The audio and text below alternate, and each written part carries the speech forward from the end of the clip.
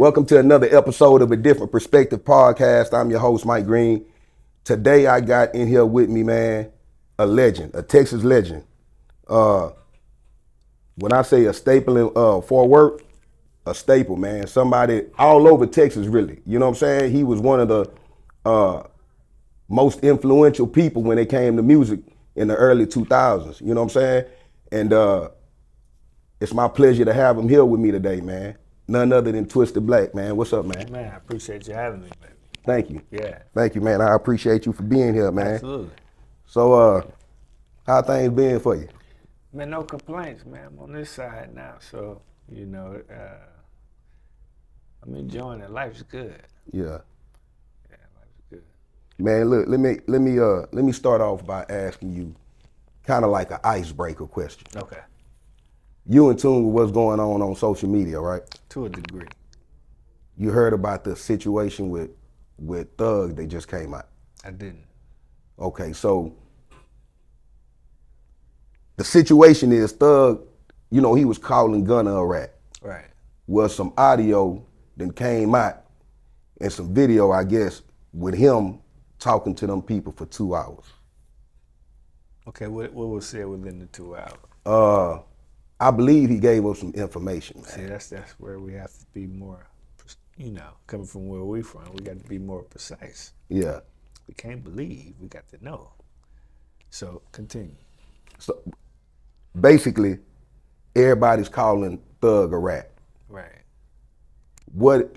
Of course, you don't know the whole situation, but from what I just told you, and elaborate on what you just said, because it's a lot of that going on too. Too much. You know what I'm saying? Too like much. Niggas is just quick to just call niggas, put jackets on niggas without Man, no. Listen, champ, I took a 90-year sentence, 3 30s, in fact, went to trial, fought it to get it to 130, right? Gave back 10 years only because of the crack laws and all that. And everybody know I'm 1,000, hey, I may not be a good guy, but you know I ain't no rat, right? Yeah. When I put out the song My Little Nigga, they call me a rat. So I don't even pay these weenies no attention. They call everybody a rat. And it'd be somebody sitting behind a little keyboard that ain't never stole out of Winn-Dixie. You know what I mean? So it don't matter, man. If Thug getting money, what's the other boy? Gunna getting money, and I don't know them gentlemen. Yeah. But 9 times out of 10, one of them a rat, if not both. But they both feeding their family. So what can we say? We just we the ones on the sideline talking about who you a rat, man, fuck out of here. That shit don't even matter. Yeah. You know what I mean? It wasn't for me. I didn't rat, and I still ain't got their money. Man, you know, I was talking, just to digress real quick, I was talking to somebody earlier today, bro. You know, Lucci went home. I mean, Lucci got his time, stayed solid, came home. Came home hard. You get what I'm saying? Bro, it wasn't no big welcoming party for that nigga. Absolutely, you're absolutely right. You know what I'm saying? Like, bro, that nigga did everything right, bro. Man, it wasn't no party for that nigga. You preaching none of that, dog. Man. That's where we live. That's what's going on right motherfucking now.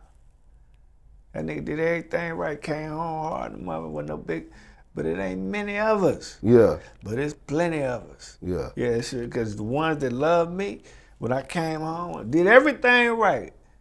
They made sure that I had what I needed. Look, that goes to what I was telling my guy. Bro, I done took cases for niggas. Yeah. Trying to be solid because I didn't know no better, bro. Believing in this shit. Yeah, you wasn't. Bro, when you come home, being solid. You wasn't trying to be. You was being solid. But it ain't no reward, bro. The only reward you gonna get is from your actual people that give a fuck about you, your family. Them folks, the people that's actually gonna miss you when you sit down there and do that time, bro. Them folks that's doing that time with you. A lot of niggas out here, bro. Look at you, bro. You went and did your time. Took, you know what I'm saying? Like, bro, it ain't no reward, man. Right. True. It's only niggas like like me and B Swift that'll give you your flowers. Right. You get what I'm saying? Absolutely. It's niggas out here that you done put on, man, that you done really help and change their life and everything, man. Bro, where them niggas at when you come home? And I know life goes on, but if you such a real nigga, my nigga, you supposed to, You would think. you know what I'm saying? But that's the reality of it, though. And that's why, see, a lot of them, if they haven't been through it, like, say, per se, you and I, right? If they haven't been through it, a lot of them should really get out the way. Because you seeing how it happened for niggas like us. Yeah. What would make you want to go do that? You see, you know, what will make you want to follow in our footsteps, right? Yeah. If you see it ain't no reward, that's why they snitching. Bro, it's so crazy right now. That's why they telling. Bro, it's so crazy right now. I just said it. I just made a post that went viral on my page. Bro, these feds, bro. See, these niggas out here playing and don't understand how these folks play, bro. It's niggas out here that got the bricks. They got the jury. They in the club throwing the money. They popping bottles. They working. Like a motherfucker. Niggas be dick riders, bro, and they be wanting to get close to the nigga throwing the money. So guess what they do? They go introduce themselves. You introducing yourself to a motherfucking agent. Not nigga. even that, champ. The cold part is a lot of the niggas. This the cold part. This will blow me. You know he a rat. You already know, but the nigga on. He having it. And you still get to work from the nigga. You know, cause now you done tricked yourself like he ain't gonna do me that. We fuck around. And he blame you. Yeah. I've seen that a million times. Because we get caught up and captivated in what he got going, and you overlook the fact that The flaw shit. the biggest flaw in the game. Yeah, he's a rat. Yeah. You know what I mean? But hey man, I don't judge what a nigga do to get on to his family. That's on now. Yeah. Yeah. So Man, I'm neutral. Let me ask you this. Man, growing up, how was it for you, man? I had pretty much like a regular childhood, like anybody else. You know, I was born in Detroit. He came down to Texas when I was 2, in Fort Worth. So I was a square kid. Yeah. My daddy was a street nigga, you know what I mean? But I was a nerd full of love. Wouldn't even fight back. Fort Worth taught me quick. Yeah. Nigga, we beating for niggas down here. You know, Detroit wasn't know that they was shooting shit. Yeah. Texas, they was beating for your ass. I didn't know what beef for was. Yeah. Was it a culture shock for you coming from Detroit to Texas? Not that I could remember. Oh, you was young. I was just a kid. So yeah. So kind of bi-coastal. You grew up with both parents, or it was just Until I was 11. Yeah, my old man died when I was 11. man? How was? I know that was traumatic, but how did that shape or impact your life at that time, man? Looking back, I think that's when I started to kind of act out. You know what I'm saying? Yeah. You know, coming up, you don't think about it, but as an adult, I look back and then I think I was lashing out right then. And that's when, start, turning to the streets. Yeah, I guess because that's what he used to do. Yeah. You ain't have nobody like trying to, you know what I'm saying, keep you out of trouble and nothing like that? Or you was just so far gone, you was just going to do what you wanted to do anyway? Well, we all start somewhere, and I had people to try to sway me. But I ain't got no brothers and no sisters. I ain't had no uncles. You the only child. Yeah, that's it. So, I guess a few people tried, but, they weren't close enough to me to move the needle. Only other person was my mother. Yeah. But that was my road. That was my dog, see. So she knew I was going to do what I was going to do. She just wouldn't condone it. Yeah. You grew up in church? Hell no. No? I didn't, but I'm in church now. Life sent me to church. Yeah. Yeah. You know, I may not visit the church as much as I should, but I visit the Word every day. Yeah. Every day. Don't miss a day. Don't take a day off. Gotta have some balance, man. Yeah. You know what I'm saying? Some type of moral compass. Man, I was checking out an interview that you did, man, and you was talking about how you ended up with 3 30-year sentences. Right. Man, you mind elaborating on that? Like, what happened? Yeah. Yeah, I didn't do shit, really. Like zero. Like, I caught a case because I was signing an artist out of Midland, Texas named Young Thousand, and he was still selling dope. And he got caught in a sting. And I came down there one time to show his city that he was fucking with me, and did all the big boy shit we do. We buy the bar, we throw the money, we pull up in the cars. And that's all I did. And when he caught his charge, they put 2 and 2 together and said Twisted Black supplying it. You see what I'm saying? So now Twisted Black may have in the past done a lot of things, but I wasn't his supplier. So yeah. You went to war with them hoes. You took it to trial? Big mistake. Knock my bitch ass out the park. Don't ever do it. Why you say that? Why you say that's a Because mistake? if you take them to trial and you innocent, my nigga, and you lose and you get 330s, then some of you niggas that's guilty, don't you even think about fucking with these people. I was innocent. I had 6, 7 motherfuckers on stand that I never met a day in my life. This is not a game. I ain't got no reason to trick these people. Didn't know them, bro. Yeah. They was coming trying to see what side my scar was on, asked me, but I ain't even, they was trustees and shit. One was cutting my hair, trimming my mustache and shit. One was bringing the trays. One was sweeping up the hall. Each one of them picking conversations. Now keep in mind, I just got indicted. I don't know nothing. The laws. No, the snitches. Oh, they trying to get you to talk. They getting me to talk, and my dumb ass, Damn. I don't know no better. I just got in here. I'm like, nigga, so how you do this shit? What's going on with, I had an asshole full of money, and I'm getting a deal, you know, and Yeah. I'm hot. And I done caught this dumb ass case. I'm talking to everybody.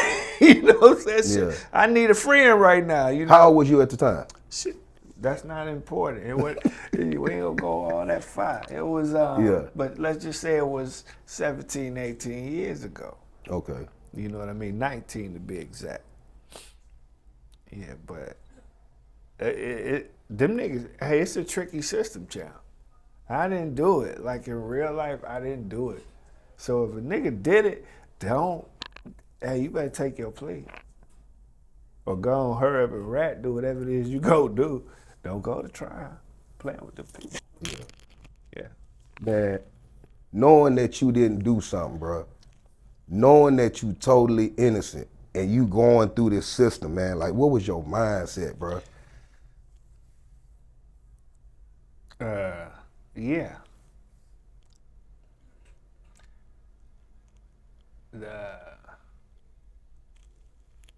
It was fucked up.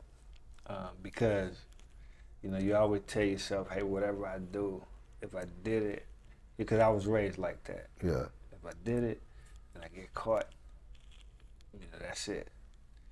Take it. And then, so it's crazy you asked that question because a friend of mine and me was talking earlier, and she asked me if I ever got mad at God. Well, that was the time when I'm like, man, I sit here and pray to you and ask you to give me about this, because you don't even give me about this, but you know I ain't do it. Yeah. And you let me catch 90 years because I believe. That's why I went to trial, because my gut told me to take the 10. They was offering 10. My street nigga said, nigga, take the 10 and get out the way. But my faith and my gut was saying, you know, my faith and my belief and my mother's influence, you know, I stood on it. Yeah. And they folded me. You see what I'm saying? So yeah, I was. That's a time when I was confused, man. So to have to do that much time and you didn't fucking do it, nigga, that hit different. But after a while, that don't even fucking matter. You just doing that, bitch. You just, nigga, I'm here. This is happening. You know what I mean? That was your first time ever being incarcerated, or you been? Hell no. I'm a TDC baby and boys home baby, all that shit. I fucked up. I've been fucking up. Yeah. TDC, the what we call it, TYC, TYC. TDC. I done seen it all, but I ain't never been stretched out because I always had money. Yeah. And so I thought my mom, like, shit, I was waiting for $1 million cash bond. This was before the internet. Yeah. This is what we was trying to get. Man, give me $1 million. Just let me get the fuck up out of here. I'm being dead ass, but hey, that's another story. But no, true story, man.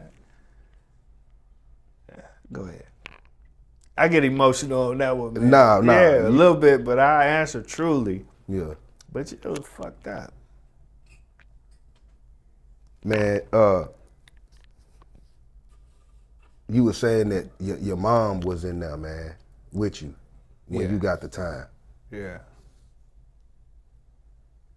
On her birthday. On her birthday, man. Like, I got found guilty on my mother's birthday, bro. man, on top of you just getting this time, right? Then you have to worry about mama, man. You know what I'm saying? Yeah. Like, how? So look, man, I'm like 16, bro. I'm robbing everything, bro. But I'm not smart. I don't know that these folks can find fingerprints and all this other shit. So I'm young, bro. I really don't know what the hell I'm doing. I'm just out here doing some crazy shit. Man, them folks jammed me up and they started at 60 years. When the feds came talk to me, I'm so young and naive, they talking about months. So they like, man, we gonna give you 450 months. I'm like, man, that ain't bad, 450 months. Man, you get to doing the numbers on that shit, bro. I ain't never been suicidal before a day in my life, bro. Man, when I got to doing the numbers and then niggas telling me, bro, you gonna have to do damn near all of that, bro. I thought about it, bro. Shit, you know what I'm saying? I thought about it, bro. So that with that 90, man, with that 90, what kept you strong, man? You know what I'm saying? Like, what kept you going? Because I know it probably was times where you were like, man, fuck this shit, bro. You know what I'm saying? What kept you going, man?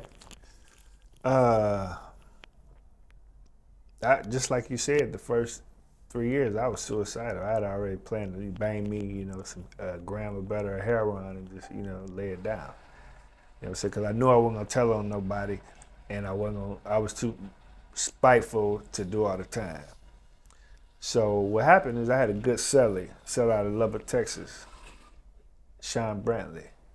And so if I did kill myself, he was going to have to deal with my body. Yeah. So I had to tell him, I'm like, listen, man, this is what I'm going to do, right? And so we talked one night, cried and some more shit. And he said, okay, man, I agree, whatever, But, because, he going to get jammed up. Yeah. He gonna, he ain't gonna get charged with me, but they gonna jam him up on the investigation. Now he gonna go through some shit. So he asked one thing of me. He said, "Let's just wait and see what happened on your first appeal." And I won my first appeal. It wasn't but 3 years, but I was like Rocky. I'm like, oh, he's not a machine, And the old niggas was pulling up on me, talking about, "Hey, look out, champ! You gonna have to." You ain't gonna be the swallowed whole, but you can nibble on it. That's what they told me, So what kept me strong, man, 2009, all glory to God first. Yeah.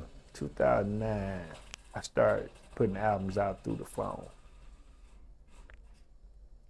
At that time, we had the wall phone, so I had like 5, 6 pack numbers. I hang up one, pick up the other one, hang up that one, do the hook, do the ad libs. And you couldn't even, the cold part about it is you'd play the music and then stop the music, and I had to just keep the beat in my head. Yeah. But that's what kept me going. Just starting to be able to put my music through that phone. When and where did you get the love of music, man? Like, when did that come about? When did you realize, hey, man, I can do this? I started loving music at 11.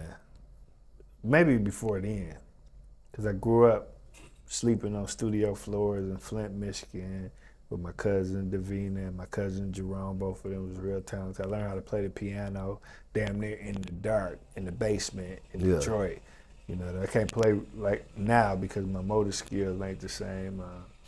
But I started loving music back then. You know, I was doing poetry first and then just.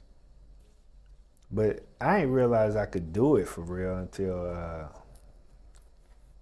my first album, Look What the Streets Made. And I was like, man, I got some type of gift. Yeah. Yeah. How did that first album come about? Like, that was all you? You just I was in the group at the time. okay? That's when I was with One Good Side. And we called it Cognac Music. Yeah. Yeah. Just laid back talking super street shit.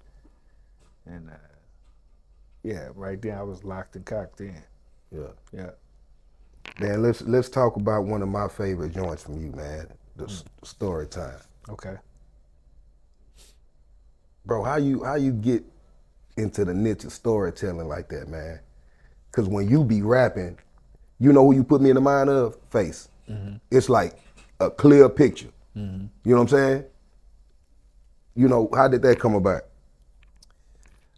I think, man, I think just going through different experiences and shit, right? And then having a little gift with the music, you just kind of mesh them together, right? And then I'm not dyslexic or nothing like that, but I don't think I am, but my mind works a little different. So when I think of a story, I think of the end.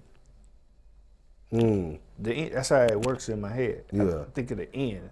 When I'm thinking of a song, I think of the end. And then I work my way backwards. And I don't know. Yeah, that's a unique trait. Yeah, I don't know if it's good or bad. It just works for me. Nah, it worked though. Yeah, it worked for me, so. It take you a long time to write? Man, hell no. Give me 20 minutes. If I'm really feeling it, without exaggerating, I'm really feeling it, give me 20 minutes. If I'm not feeling it, give me 35. Like water. And nigga, and I'ma slay something. Yeah. True story. Yeah. You in the lab right now? You working on anything? Man, tonight, me and Rolf finna lock in, I promise you. Mark my words right now. When we come out the studio, it's gonna be something that's timeless. Because you got two special motherfuckers getting in the ring. Imagine two Crawfords. Yeah. Fight. That's what's finna happen tonight with Zero. Oh my God. Yeah, I can't wait, man. Man, yes. What's this for, like a single, or you working on a project? Yeah, I'm working on a project right now. We just put out the single 6 days ago, and it's already top 10. It's called Life's Good. That's when me, him, and Paul Wall. Okay. Right? And so since I'm up here working, messing with you guys, then me and him, we're just gonna go lock in and do something crazy. Yeah, it makes sense. Absolutely. Yeah. Man, let me ask you this, man. Being that I'm a father. Okay. You got kids? I do. What does fatherhood mean to you, man? Fatherhood. I guess fatherhood, in my definition, would be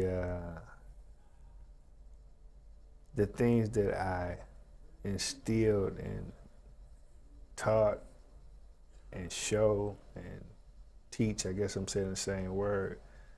Like that would be my duty. That would be my responsibility. Yeah.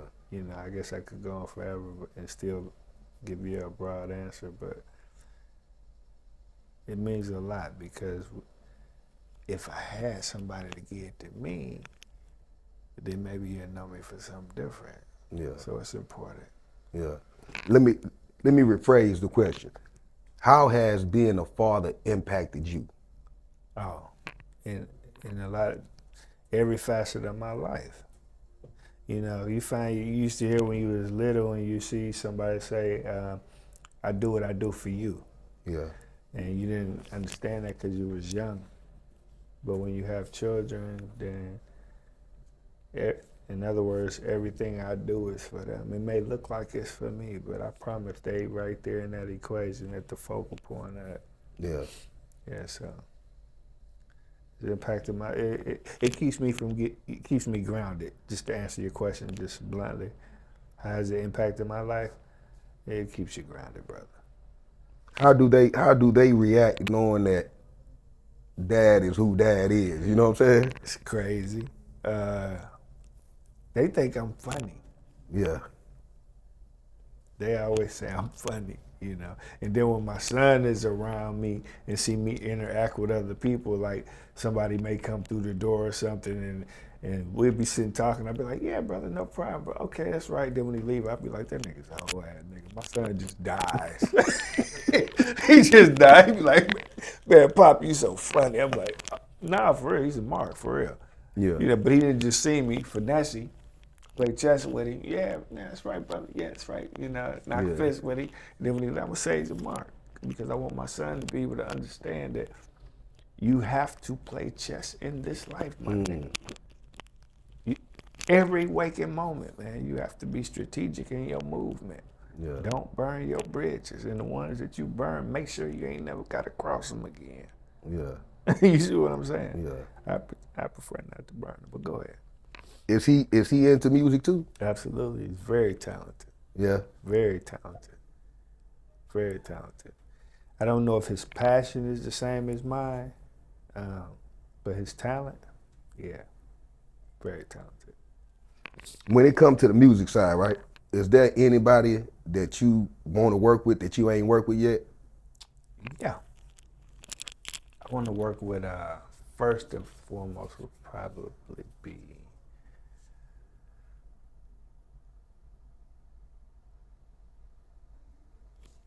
Jada Kiss. Right? Yeah, it's gonna be serious. Yeah, serious. It's gonna be serious, Jada bro. hard. Jay-Z. That'd be hard. See, I dunk Jay-Z in real life. Yeah. Unless he talking about money.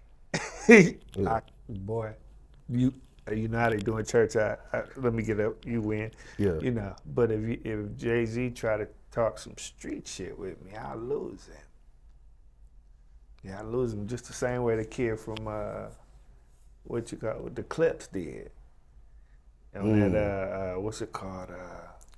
Drug Dealers Anonymous. Pusher. Dunked him. He dunked him, man. Jay-Z was talking about white vans and them man, ain't no feds, no white van, man. See, hey, you a little out of touch, champ. Yeah. That nigga dunked him. You know what I'm saying? But anyway, yeah. But I love to work with him. Yeah. Super talented. And Honeycomb Brazy. Honeycomb Brazy. I can't think of too many off the top. Man, you and Cole will be crazy too. J. Cole? No. I'm talking about on some storytelling, real shit. No, it wouldn't. Why you say that? How? No offense to you, J. Cole, he's a child. The shit he been through don't compare to what's happening right now, brother. Yeah. I mean, he's a very talented artist, super rapper. Yeah. But he ain't got no business on no track with me talking about nothing like that, about no real shit. We make something feel good. It's just unequally yoked. Yeah, we not the same. Top 5 rappers. Tupac, Jada Kiss, Scarface, Eminem,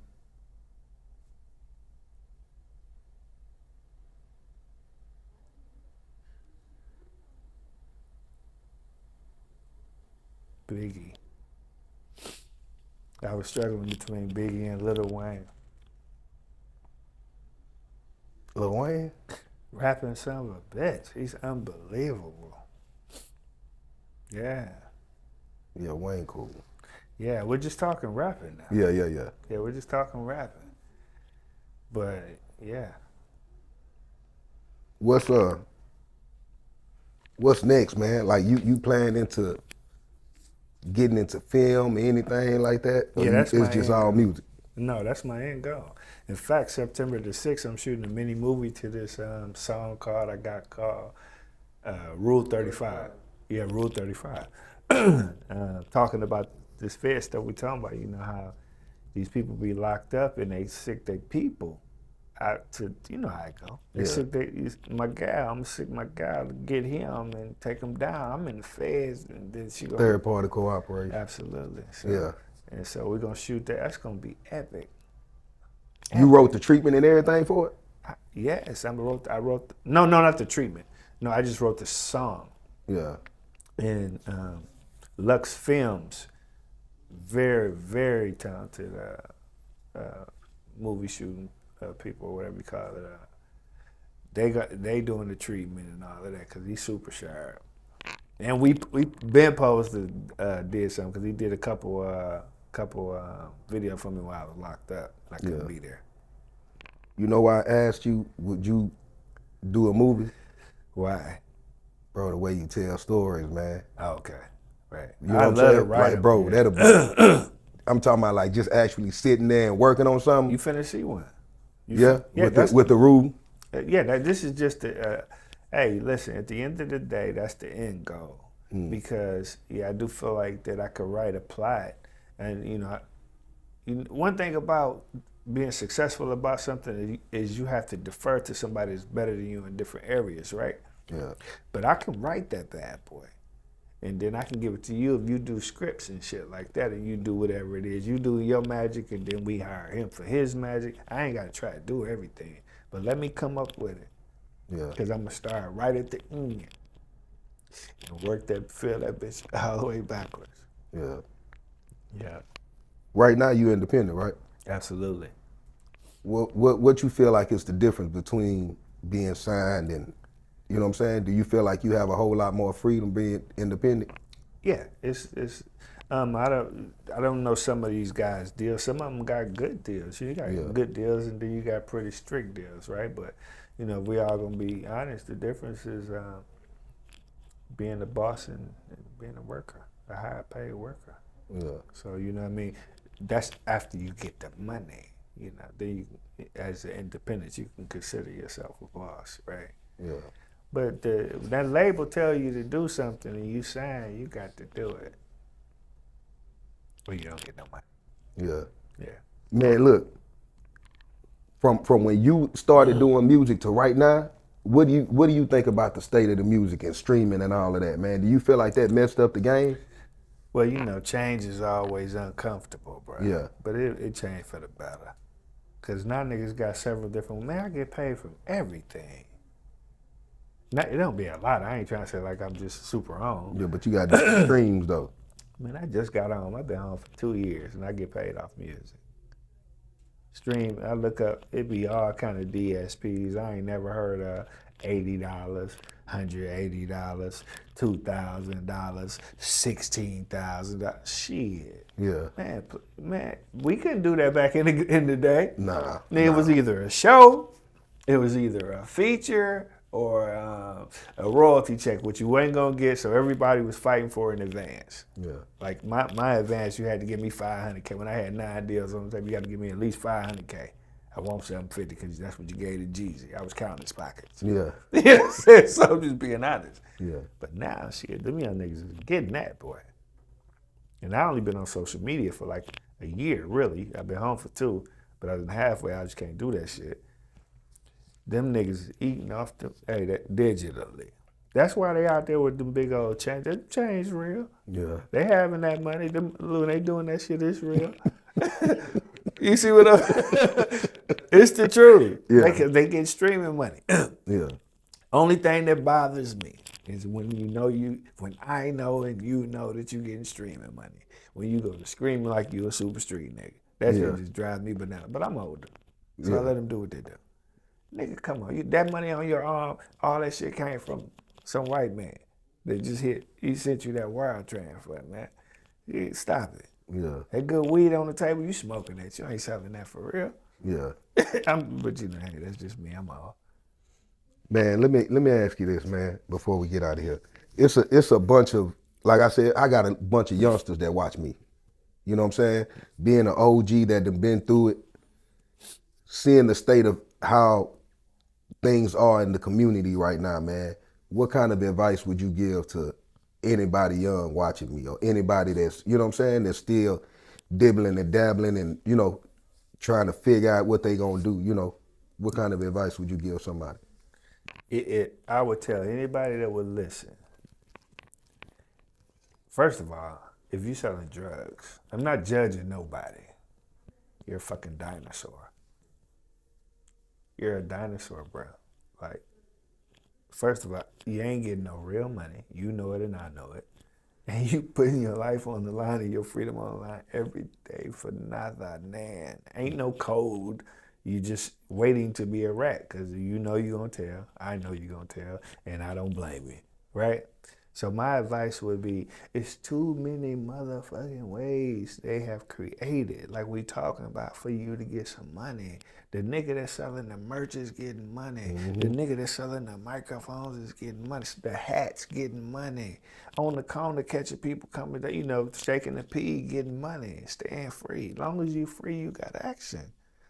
But boy, the moment you do that, you know, it's like, go to jail. It's over with. So my advice is, man, before, I know it's hard out here because it's hard in the bitch. It's easier in jail.